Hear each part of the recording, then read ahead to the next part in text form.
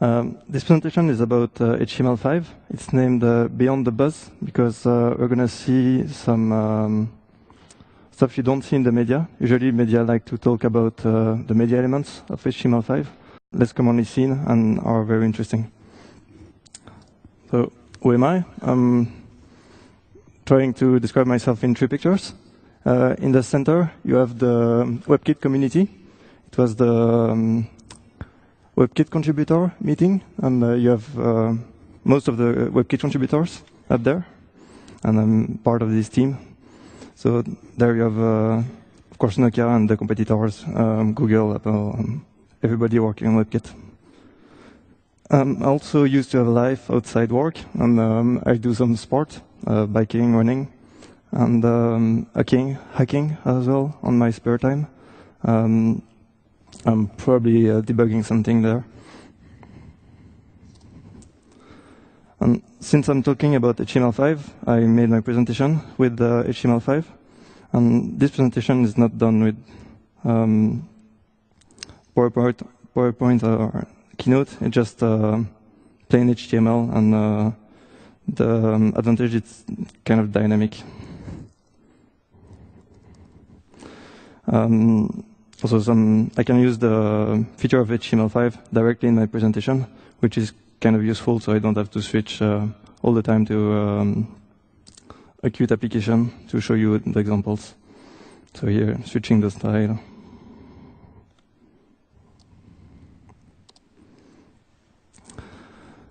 So here is the agenda. That's what you're going to see today. I'm going to introduce HTML5. What's new and why do we do that? Why is it good? And what is it for? Then we're going to focus a bit on user interface. HTML5 is about making user interface and making business logic.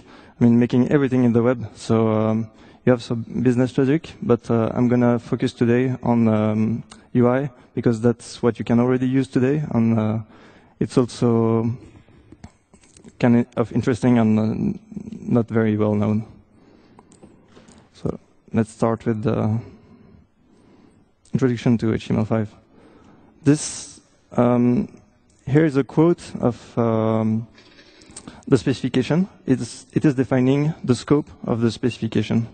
So let's read that together. The main area that has not been adequately addressed by HTML is a vague subject referred to as web applications. The specification attempts to rectify this. And this is really where we are going to go with HTML5. We are targeting web applications. We want to be able to do most of what you do today on the desktop on the web. So HTML5, HTML4 was kind of old, and we are making a big step forward to have better APIs and have things simpler to do web applications. And as I say, it's a huge step forward because now that everybody agrees that we need to move the web forward, everybody tries to push as much as they can in the specification, and we end up with that huge specifications. The main draft is about 700 pages, and that's just defining the global scope. And then you have lots of other drafts for other features like web worker, web storage, web SQL, web whatnot. And all of this make a huge update to HTML. And you have CSS3, of course. This is not part of HTML5, but most people consider that as a part of this big update to web applications. So today we cannot see all of HTML5. We are going to see maybe 1%. And I'll try to get you interested to see what's in there and to look by yourself at the 99% missing. So where can you find web applications? When you think about web application, you first think about application you have today in the browser, like Google Document, Gmail, Facebook. Today you also have HTML5 application using advanced feature of HTML5 that are using in hybrid development. So if you attended the talk of Noam this morning, he presented hybrid and how you can combine WebKit and C++. And that's something we are quite strong at. We see some very good usage of WebKit in hybrid. And I've put there a few examples of that. You have the Roku video player, which is quite popular in the US. It's a Netflix player, and it's an hybrid application using WebKit and HTML5 for the UI, and then the backend in C++. You have Spotify, which is using WebKit on all platforms. On Mac, they're using the Mac port. On Windows, a Windows port of WebKit. And on Linux, they're using QtWebKit.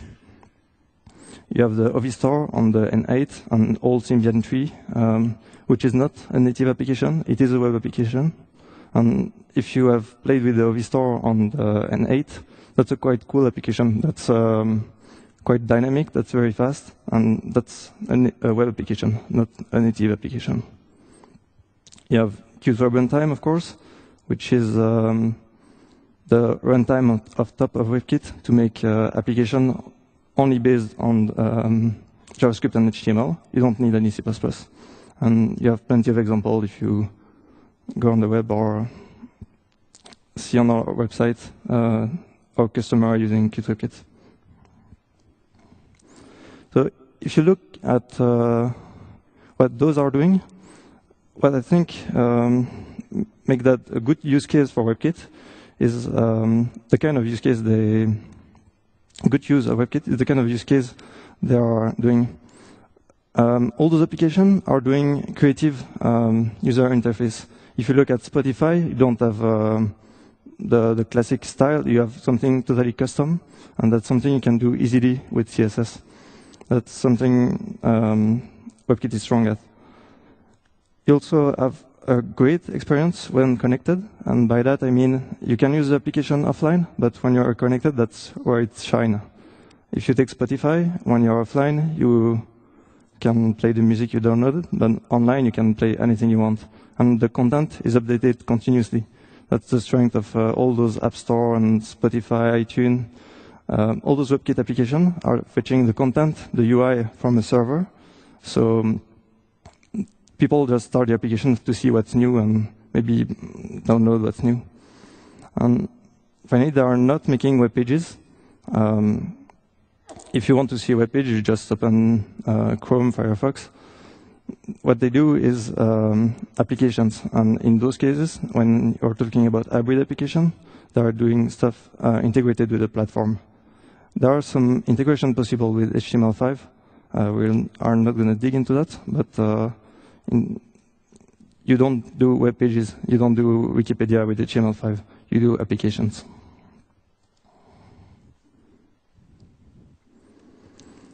So let's start with some new stuff for user interface, and most of that comes from CSS3, a bit from HTML5, and you'll see how that plays, and I hope you will discover some stuff.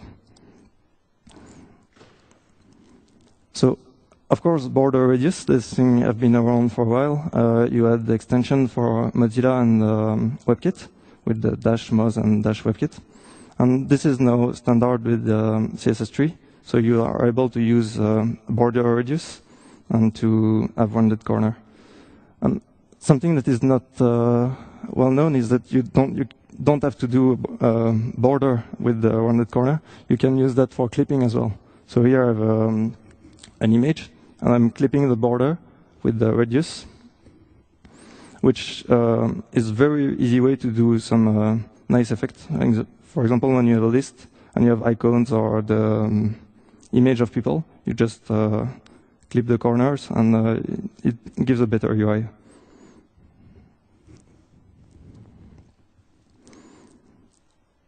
Something also very useful introduced in CSS3 is the draft of 2D transforms.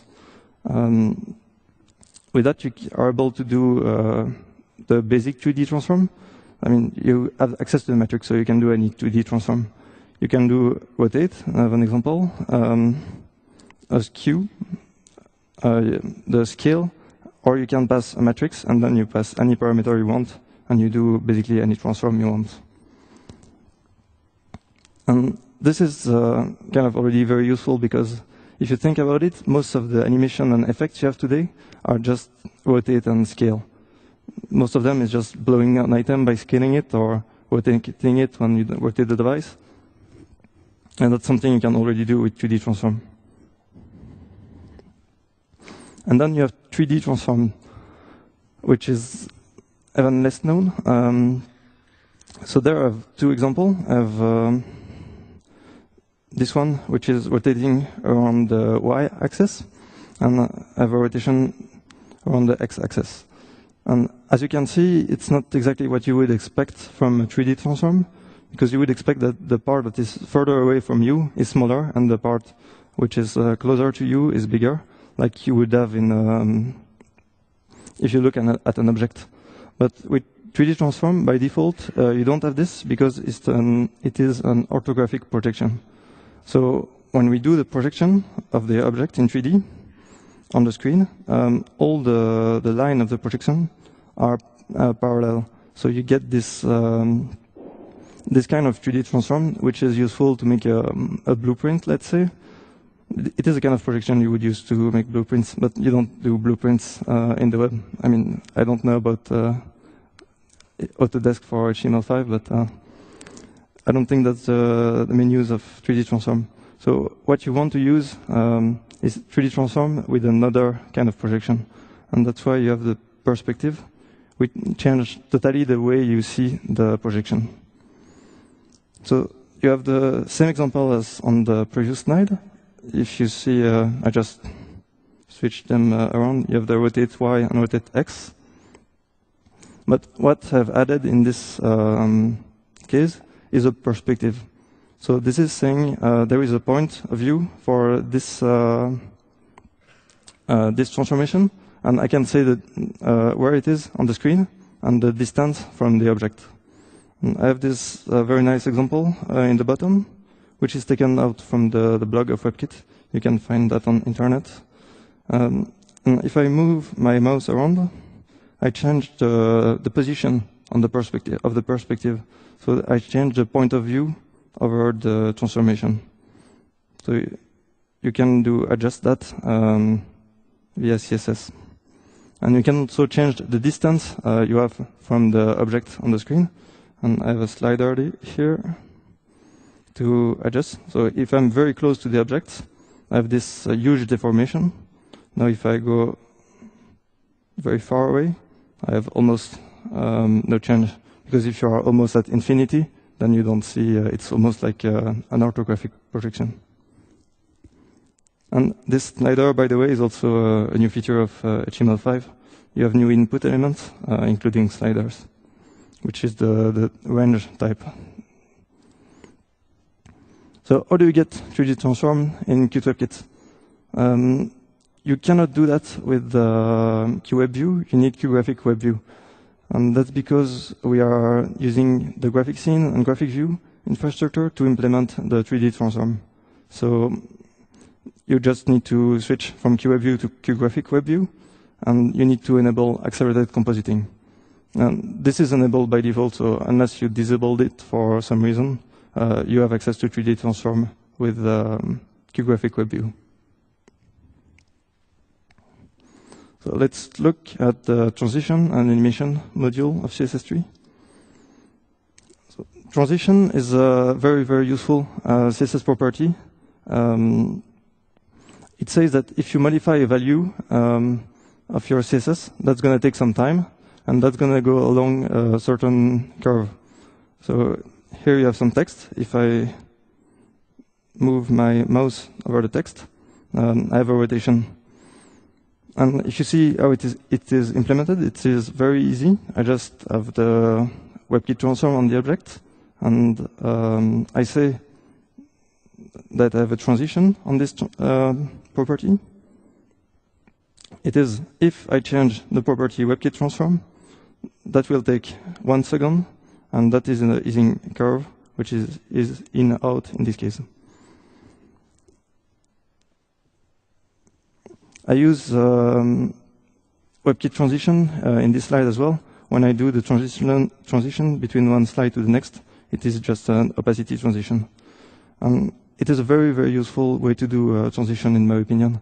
When you do animation, it's usually difficult to do with C++, and with CSS it's very, very easy. I really like this, this specification in CSS3. And you have the step further from transition, which is complete animations. And here you have an example. So here you have no JavaScript to do this image. You have an image with the clouds, and you have the image of the drop. And I just apply an animation, WebKit animation, over the image of the water. So you have here all the code that is required to do that. I just have a class on which I apply an animation. And this animation is defined before in the style, which is defined by keyframes and the name. And then you have the keyframe, which are defining how far away you are in the animation, and then what property you should change. So you could have as many keyframes as you want and as many property change to make very complex animation if you want. You have some example of animation on the blog of WebKit again. Some very nice stuff. Why would you use CSS instead of JavaScript to do animation? There are some very good reasons, and one of them is performance. Because as WebKit developers, we know what you are doing when you are doing CSS transition or animation. So we can plan what is going to be the next step, what change is going to be, and we can implement the code more efficiently. When you are using JavaScript, you are just using a very generic framework, and we just do our best to make it as fast as possible. I also mentioned that animation and transition are very easy to use, and that's, I think, especially true for transition, which is very, very easy to use to make a very simple transition. Just think you have an item at one position, you want to move it, you just change the position in JavaScript, and the CSS animation or transition is doing the job for you of animating that. You have useful timing function. In my example, I use is in out, while when you use JavaScript, usually framework provide you with linear transform, which is not ideal for transformation, for animation. And I mentioned it solved 80% of the use case because you still have very complex animation where you might want to use JavaScript. But for most of the simple stuff that we usually do on the web, I think CSS transformed transition and animation is very good. Let's have a look at Canvas, which is not CSS3. Canvas is part of the HTML5 standard. It is again not in the main document. It is in a separate document. So if you look for it, look for the Canvas specification. And what is Canvas? It is giving the full power of rendering to HTML. So here I have an iframe embedding a website, which is in Canvas. So what you see in this iframe is a web application done by someone. And it is here a paint application made with WebKit, or it could work with any HTML5 engine. So I can render stuff. I can change the color. I could edit images. You have dialogues with different parameters of your rendering. And that's showing what you can do with Canvas, which is basically anything. If I can do a rendering, a dynamic rendering from user input, I can just render anything. And that's the great thing about Canvas. When somebody says you cannot do something with HTML5, you just say, yeah, what about Canvas? And then, yeah, you have to implement everything yourself, but it's possible. So let's have a look at how it looks like. I have this example is from the documentation of Mozilla. They are doing some tutorial about HTML5, and you have this one about Canvas, how to draw a smile. So here, this is a Canvas element. and you have in the bottom what is required in JavaScript to render this. And it's quite simple. Canvas has very few primitives. You can draw a rectangle, path, and images, and that's how you render anything you want. So here, I start by getting the canvas element, which has an ID in my example, so it's very easy to get. And from the canvas, I get the context, which is like a graphic context, and you give the type of context you want. And currently we have only the 2D in the specification, and you have the WebGL context, which is defined by the Cronus group, and which is coming hopefully to HTML. So when we have this context, it is you can think of the context as the QPainter. You can do the rendering as you want, and here I just change the width of the stroke, and then make the different arcs needed to do the smile. So Canvas is very, very powerful. You can do anything you want, and you have some very simple primitives to do that. So you have to do some kind of bit of work to have the rendering done. I mentioned what Canvas is good at, because I don't want you to use Canvas for anything. The problem of Canvas is that it's rendered without waiting for paint event, so you can render more often than the screen can show it, and you might render outside the screen. Like if you make a huge canvas, let's say 5,000 by 5,000, and you're updating it all the time, we have to update the 5,000 by 5,000 pixels. That's a lot of pixels to update with JavaScript. So you should use Canvas when it's good, what it's good at. So you can do dynamic rendering. I'm thinking about charts in particular. When you see charts, usually they are done with Flash currently, and I hope you're going to see them done with Canvas in the future. You can do simple games, nothing too fancy. If you do something very complex, you probably want to use WebGL. And you can do certain types of animation. And again, I don't want you to make like a huge animation at 60 FPS, because that's going to fly on the desktop. But if you put that on at home CPU or a mobile phone, that's going to be way slower. I show very little of Canvas, and there is a good website showing lots of examples of Canvas, which is canvasdemo.com. So I invite you to have a look and play a bit with examples. And that's it for the UI. Maybe I can take questions if you have a question at this point.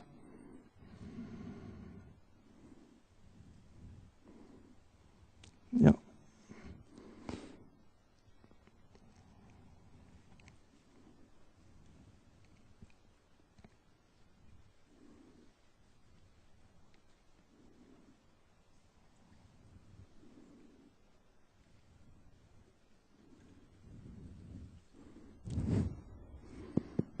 Oh, it does work. Okay. Okay.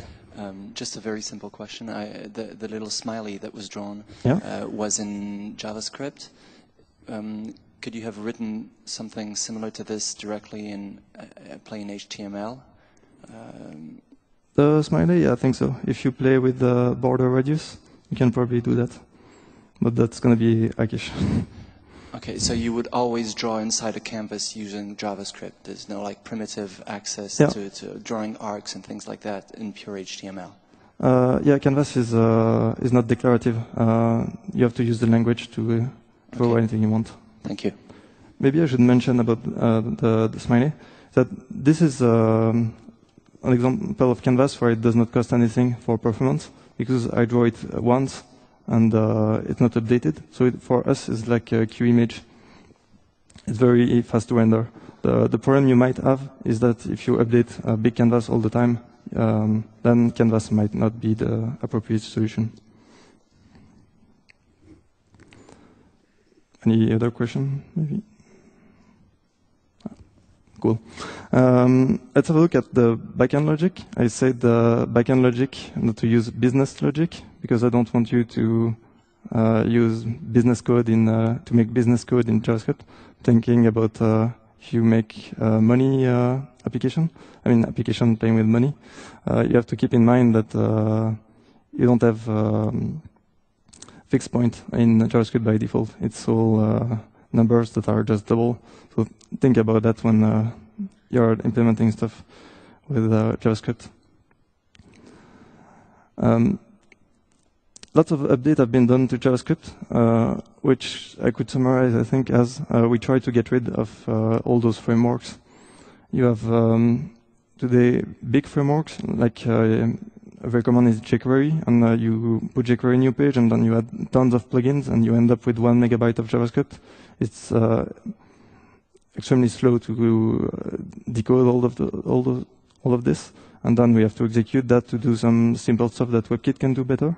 And I think the standard help a lot there to add some primitives that are in those libraries, and you cannot do a lot without them, which make pages very fast, and it make also it easier to make web application and to work with JavaScript. Like those slides, for example, I did that without any library. It's just plain JavaScript, and it was quite easy to do thanks to the new feature of HTML5.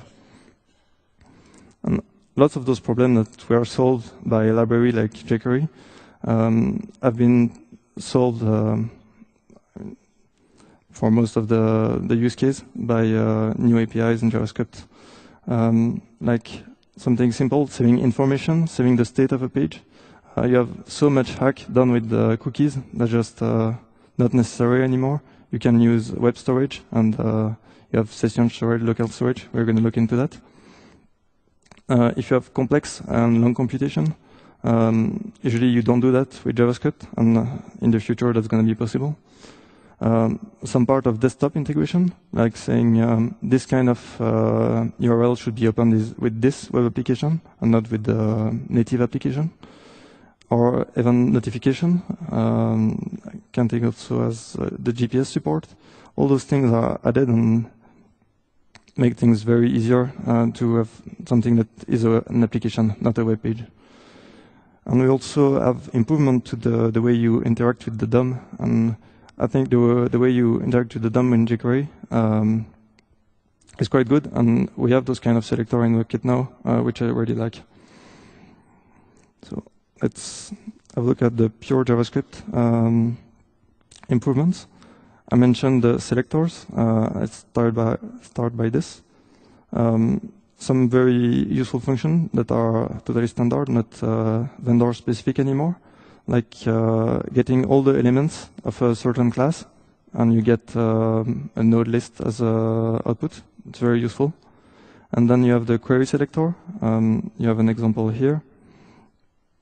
And this is the same selector you use with CSS, which make it really, really easy to find all the elements of a certain type. You have two kinds of query selector. You have query selector.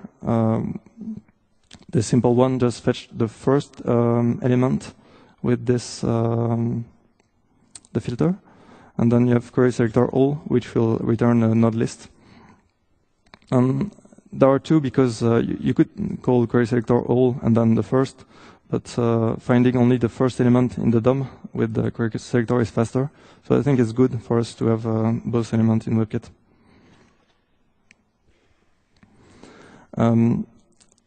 The feature is also coming in web workers, which is a way to do heavy stuff in JavaScript without blocking the UI.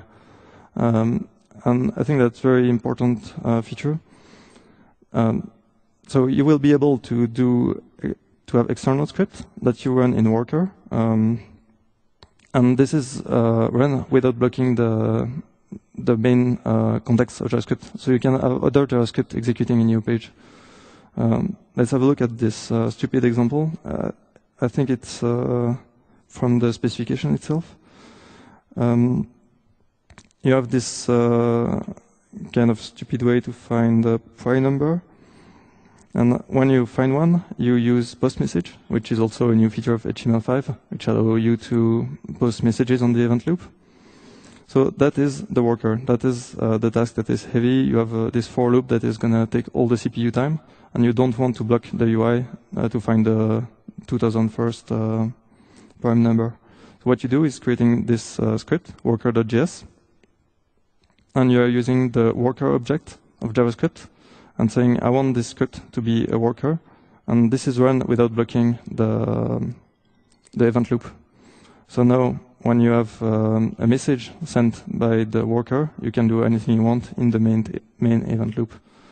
And I think that's a very useful feature, and we're going to see some interesting use of that. I'm going to dig into that a bit later. I mentioned that you can get rid of cookies to do stupid stuff, and that's the beauty of the web storage. You have two specifications. You have the web storage and the web SQL.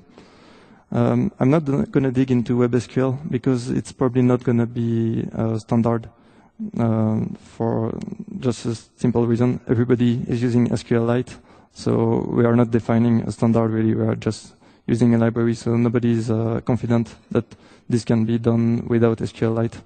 But you have web storage, which is going to be a standard, and it's already a very useful API. I actually prefer that one to WebSQL because WebSQL is kind of heavy. You can do any SQL, but that means you have all the stuff of SQL, and you have to do some asynchronous stuff to avoid all the delays. Web storage is a lot easier. You have the local storage and session storage, which are the main object to save information.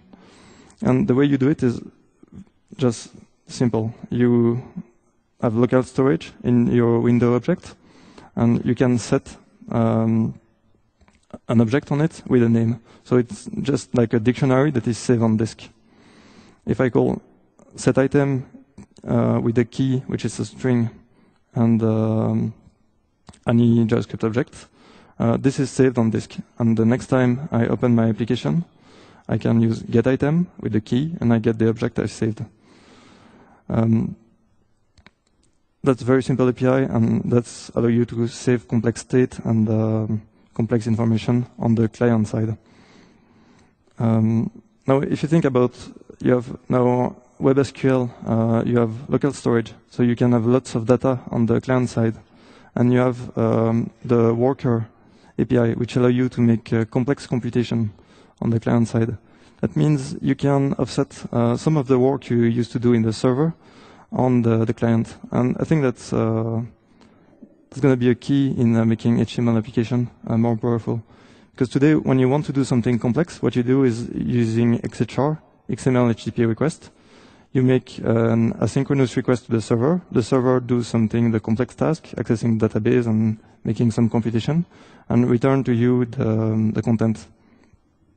And this is taking CPU cycle on your server. So this is costing us money. I mean, if you are doing web application, you have to pay for this server, you have to pay for the energy, for the bandwidth. And if you can put some of this work on the client, I think it's a great way to make the application stronger. And it also means you can make the application more easily in offline mode. Because with HTML5, you have some way to say, I want this resource to be available offline. You can be notified when you get it offline. And you can use all those features together to make something that uses less CPU cycle on the servers, and that is available offline. So how to enable the local storage with Qt? It's very simple. You have a shortcut with QWeb settings. You just call enable persistent storage. If you want the data to be in some special path, you can just give the path you want. And that's it. You have WebSQL local storage. You have the icon database, the offline storage. Now, if you want to enable or disable each one of those, or if you want to fine-tune, you also have the settings in QWeb settings. But the easiest way to do it, if you want to use local storage, just use this method and everything is done.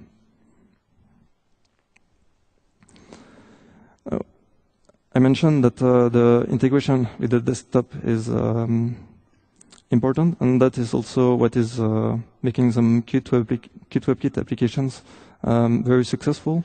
It is that they are real applications. I think that it's important to come back to that. you have, if you've been to the talk of Noam this morning, he mentioned add to JavaScript window object, which is like the magical function that gives you the C++ world inside the WebKit. So you can break any sandboxing of WebKit, you can add any features, and that's just very powerful. You have access to signal slots and property. If you haven't been to Noam's presentation this morning, I guess you will be able to download it, the video later.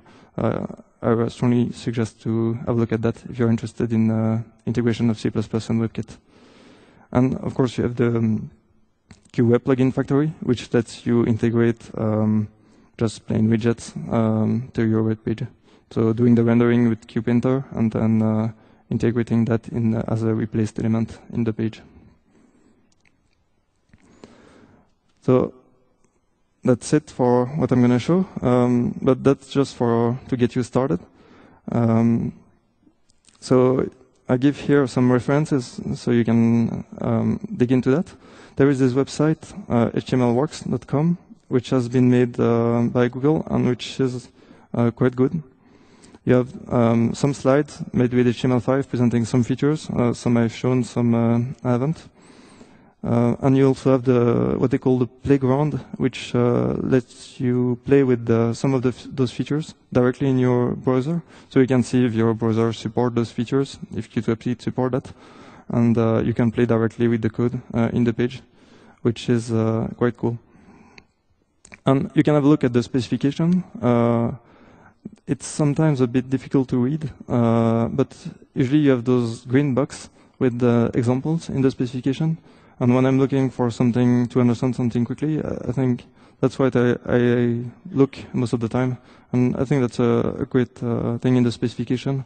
We don't only have the formal specification, we also have those little examples that are not part of the standard, but that make you jump start in the feature and that lets you start. And if you're reading something in the specification and that doesn't work as expected, that's also easier for us to work. You can just report a bug that this thing is not following the specification, and we don't have to think. We just know it's not following the specification, so it's a bug. We have to fix it.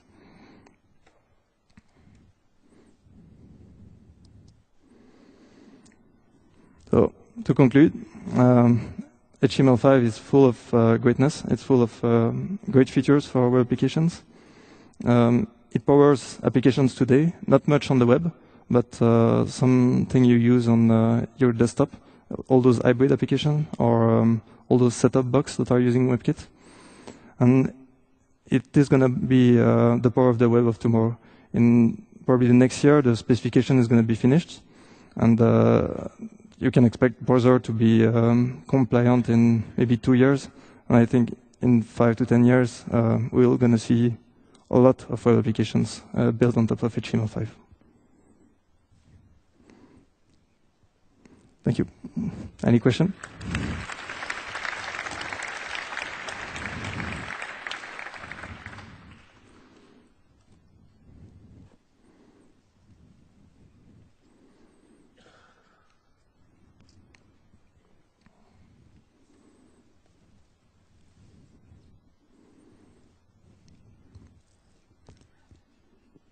So are there any HTML5 revision logs? So, for example, like if you run Chrome nightly, you know, each Chrome behaves differently, basically.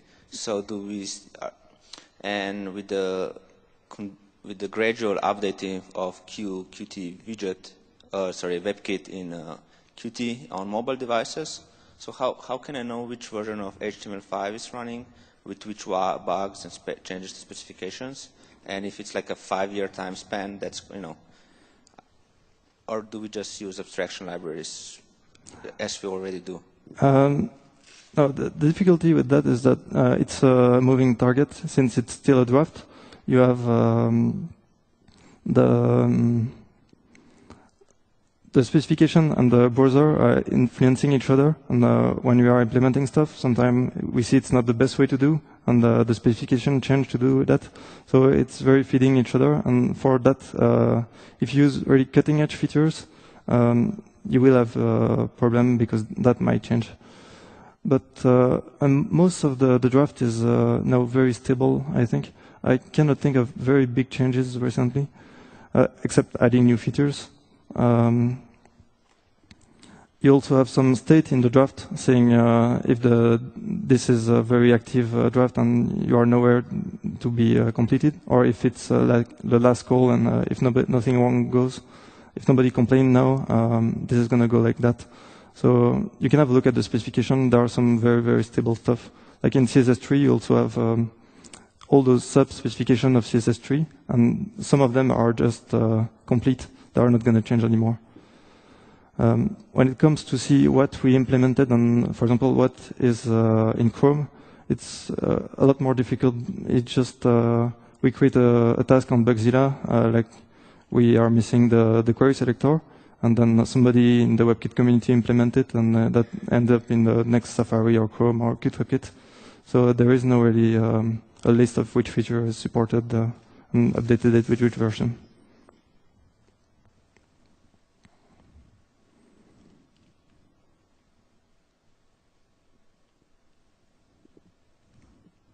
Okay, thank you. Oh, something? A question somehow related to the previous one.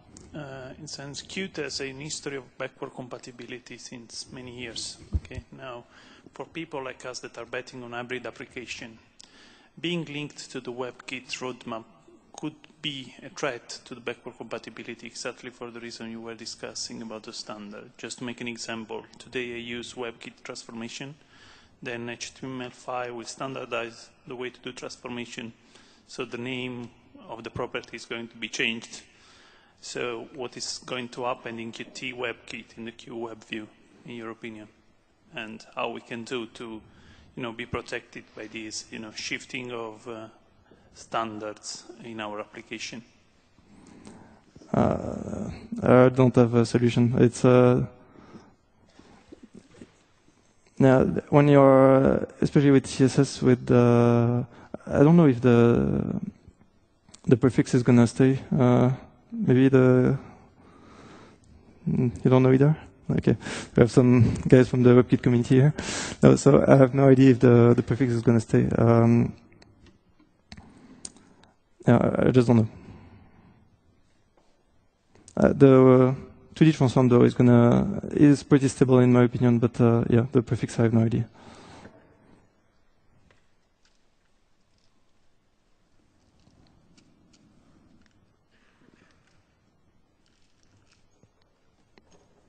Okay, thank you.